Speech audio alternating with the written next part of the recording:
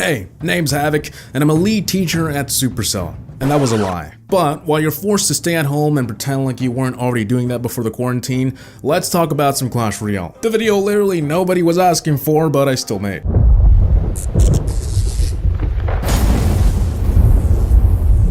So, you just downloaded Clash Royale. Where do you start? Do you follow obvious arrows, instructions, and boxes that tell you literally what to do?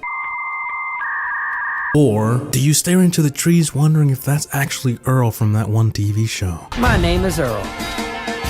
If it is him, by the way, just ask him to cross me off the list. After the game forces you to drop what it wants and where it wants, and you've chosen hopefully a good name you'll probably change anyways for $5 down the road, you should be finally done with that long tutorial. First off, don't forget to sign up for Supercell ID because you don't want to lose your account. That's the worst that can happen. But the most important part of this is that you get this cool emote that nobody likes now because it got old after 2 weeks.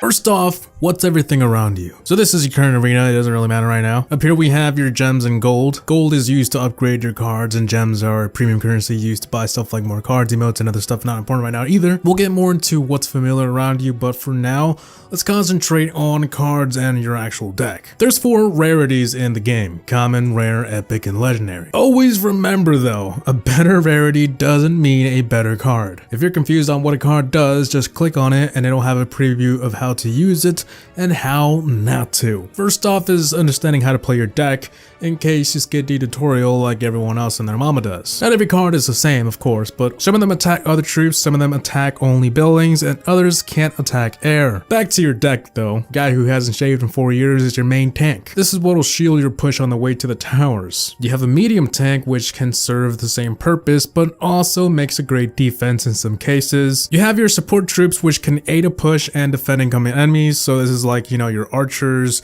stuff that shoots far away and stuff like that, you know, those are your support or aid troops. And then you have your spells. Spells can be dropped anywhere in the arena.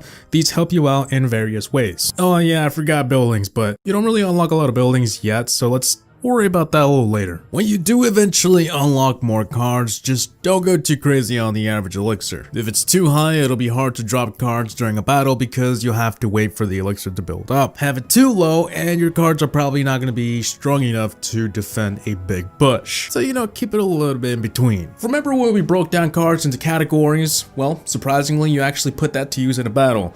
Who would have thought? But before you screw up your first battle like everyone else does in their first stages, do not attack this king tower right here. I cannot advise that more. You know, the one with the king and the cannon, the red one? Yeah, that one. The game never tells you not to do it, so I'm telling you not to do it. The game just sort of tells you what it does and, you know, but it doesn't tell you not to. But in case you just tap until the tutorial was over and didn't listen to it, like I just said a couple minutes ago, attacking that tower activates its cannon. So you'll pretty much have 3 towers attacking your troops, which is not good. I mean, if you do it by accident, it doesn't matter. Just move on, try and win.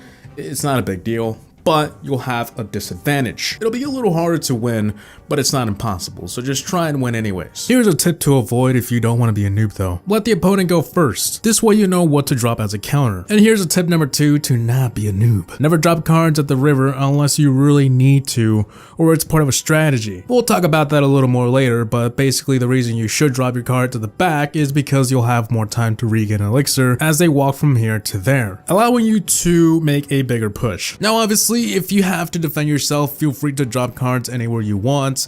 Even situations where you believe dropping on the bridge is appropriate, go ahead. I was only explaining a great technique to build a proper push when you get a chance to. Attacking is simple. Try and take out the enemy's towers, but also defend your own. Every match is different and involves quick thinking and smart plays. The perfect match would be where the opponent is brain dead and doesn't defend any pushes and can't build a push himself, but matches aren't really that easy. Here's an example match of something more realistic. I had a giant going on the left side, ready to build a push, but the enemy placed a spawning building on the right side. These goblins spawn from that building may not look like a big deal, but over time they'll do some damage little by little. Because I don't want to ignore that, I countered with archers. And as things got heated on the right side, I completely ignored my giant on the left side and started pushing on the right side from the bridge. My musketeer got 5 hits on the tower after that small push. That was a pretty good play. Make sure not to ignore enemy troops though. While my musketeer was doing all that work over there, I threw a fireball at the 2 enemy cards. Sure, they got some damage on my tower, but that's far less than what I got on their tower. When you see an opportunity to get some damage on the enemy's towers, do it. As the match went on, I kept building pushes while defending my left side. This proved to be a great strategy now, and it'll continue to be forever. Anyways, I took out one of the enemy towers and the enemy took none of mine. It was a 1-2-0, so obviously I won. If that match seemed a bit sloppy, then don't worry, every single Clash Royale match is like a mess. They're all unpredictable and you can't really tell what's gonna happen. You gotta go with the flow, But luckily you'll get used to that flow and you'll play like you've been playing for 2 years without even trying. You just get used to it and it feels normal. So you won a match, huh? Now what? Well, when you head back to the main menu, you do get a chest. Chests help you to get more cards to upgrade the ones you already have and also unlock new ones. So there's a lot to unlock here. You also get trophies for winning a match. If you go high enough, you'll go to the next arena and have the opportunity to unlock newer cards from that arena. The higher you go, the more cards you'll be able to unlock. There's also a trophy road with tons of juicy rewards. You can unlock these through climbing trophies. Well, congratulations, you've learned Clash Royale.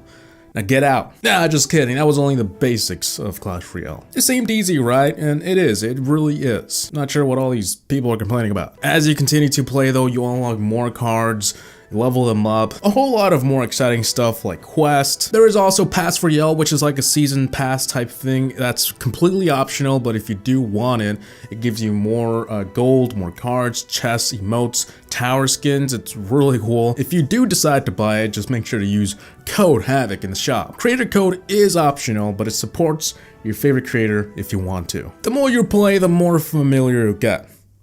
Hopefully. So don't worry, it'll get easy peasy, just give it some time. Matter of fact, you don't even need time. You just get used to it in like 1 day of playing and bam, you're a pro. If there is a next time for this series, if it even is a series, I honestly don't know. I'll show you some more tips, decks, all that stuff, because things get a little bit more complicated in the long run. Like, once you hit 2K, 3K trophies, 4K, 5, you can forget about 7K. But yeah, for now, just keep clashing, and I'll see you in